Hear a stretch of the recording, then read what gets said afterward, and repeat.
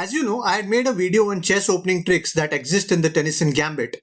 That video got more than 2 million views on YouTube. That was a short video, so I was not able to cover all the different lines and variations. I was recently going through all the comments and realized there were a lot of common questions. So in this video, I will go through the Tennyson Gambit in detail, and along the way, I will try to answer all your questions. Plus, I will also show you all the different opening moves, tricks, ideas and strategies that you can use to win more games. So stay tuned till the end and keep watching Chess Talk.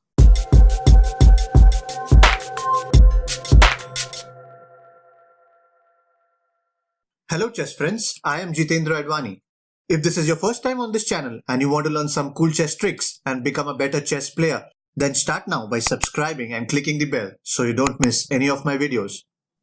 Before we begin, I would strongly recommend that you try these opening tricks only on players rated below 1800. Plus, there are high chances that your opponent will fall for these traps when he does not have much time to think. So you should play these tricks mostly in quick games like the Blitz and the Bullets.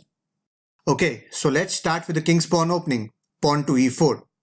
Black responds with the Scandinavian defense, pawn to d5.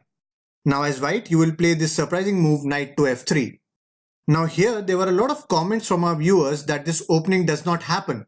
Our opponent generally plays pawn to e5 and very rarely someone plays pawn to d5. Well, let me show you another way in which you can get to this position. Let's start with the move knight f3. This invites black to play the move pawn to d5, which enables you to play e4 and set up the gambit. From here, the most natural move from black would be to capture this pawn. And then, as you know, we will play knight g5 attacking this pawn. Now, if black tries to hang on to this pawn, then he has many options. He can play bishop to f5, or queen to d5, or even pawn to e5.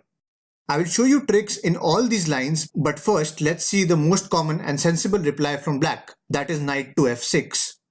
To this, we will play pawn to d3. Black wants to get rid of this awkwardly placed pawn, so he captures and then we recapture with our bishop. In this position, I had shown you that black plays pawn to h6. There were some comments saying that this is a very bad move and this won't happen in real games. Well, I can guarantee you that you will see this in every second game. I will tell you why.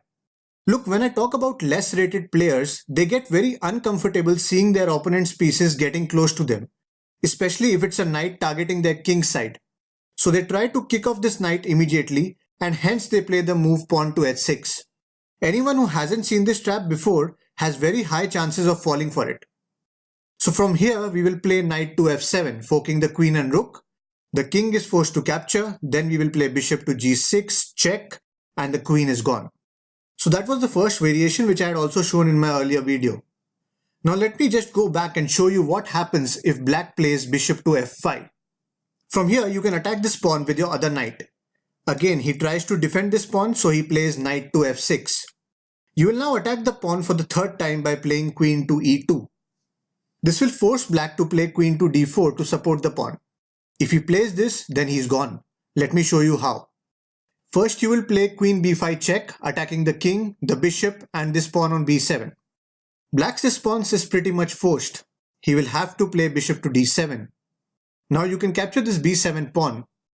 From here, I can guarantee you most of your opponents will play bishop to c6, assuming they are not only saving the rook but also attacking the queen. But to their surprise, you will play this beautiful move bishop to b5. Again, black is now forced to play queen to d7. The thinking behind this is to trade off queens and minimize the damage somehow. But your opponent will be shocked to see your next move, that is, bishop takes bishop. The most obvious response would be queen takes bishop, which looks to be quite a good move. But if you look at it carefully, you have a stunning move. Can you spot it? Yes, it is queen to c8. That's checkmate and it's game over. Now let me just go back and show you the third variation. What happens if black plays queen to d5? He's not only protecting the pawn but also attacking this knight. You should now play pawn to d3, protecting the knight with your bishop. Now if your opponent plays knight f6 or bishop f5, then you can simply play knight c3 attacking the queen, and after the queen moves, you can easily regain the pawn, and as you see, you are also ahead in development. So let's go back again. So that's why if black wants to retain any advantage, then he has to capture this pawn. Now once again we are going to capture with the bishop, which looks very odd because you're giving away your g2 pawn. So the most natural move from black would be taking the pawn on g2. Your opponent won't realize, but he's actually falling for another trap, because after this you will play bishop to e4. The queen is trapped and has nowhere to go. The only safe square left is g4. But after queen captures queen and bishop captures queen, you can play bishop to g7 and the black rook is gone.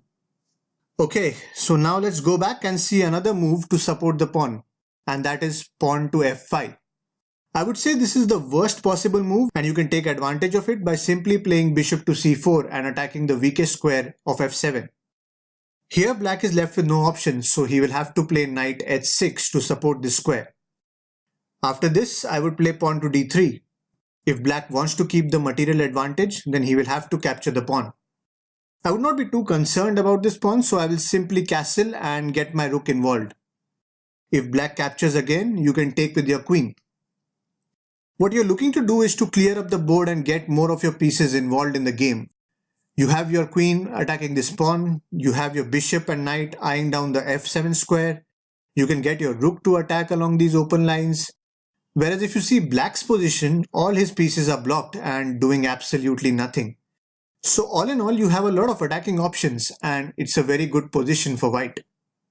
Let me know in the comments if you have been successful in playing the Tennyson Gambit. Hit the thumbs up if you liked this video. Don't forget to subscribe for more such chess videos. For some interesting chess tips, tricks and puzzles, you can like my Facebook page. Links are in the description box below. Thanks for watching and I shall see you in my next video.